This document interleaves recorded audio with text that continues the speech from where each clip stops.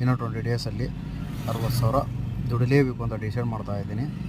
ಅದು ಹೆಂಗೆ ಏನು ದಿನ ಅಪ್ಡೇಟ್ ಮಾಡ್ತೀನಿ. 1 ನಿಮಿಷ ಪ್ಲಸ್ ಒಂದು ಎಲ್ಲ ಟೋಟ್ಲಿ ಕಮಿಟ್ಮೆಂಟ್ ಎಲ್ಲ ಎಷ್ಟಿದೆ ಅಂತ ಫಸ್ಟು ಇದೇ ತಿಂಗಳು 30 ಒಳಗೆ ಎಷ್ಟು ಕಮಿಟ್ಮೆಂಟ್ ಇದೆ ಅಂತ ತೋರಿಸ್ಬಿಡ್ತೀನಿ first.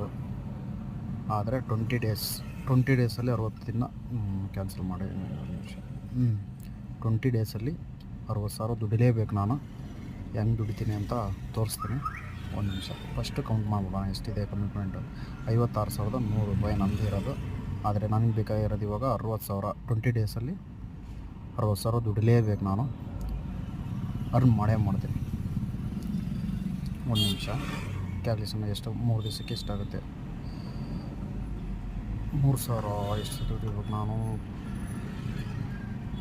3,000 into 20 60,000 divided by 60,000 earn ಮಾಡಲೇಬೇಕು. ನಾನು ಮಾಡ್ತೀನಿ.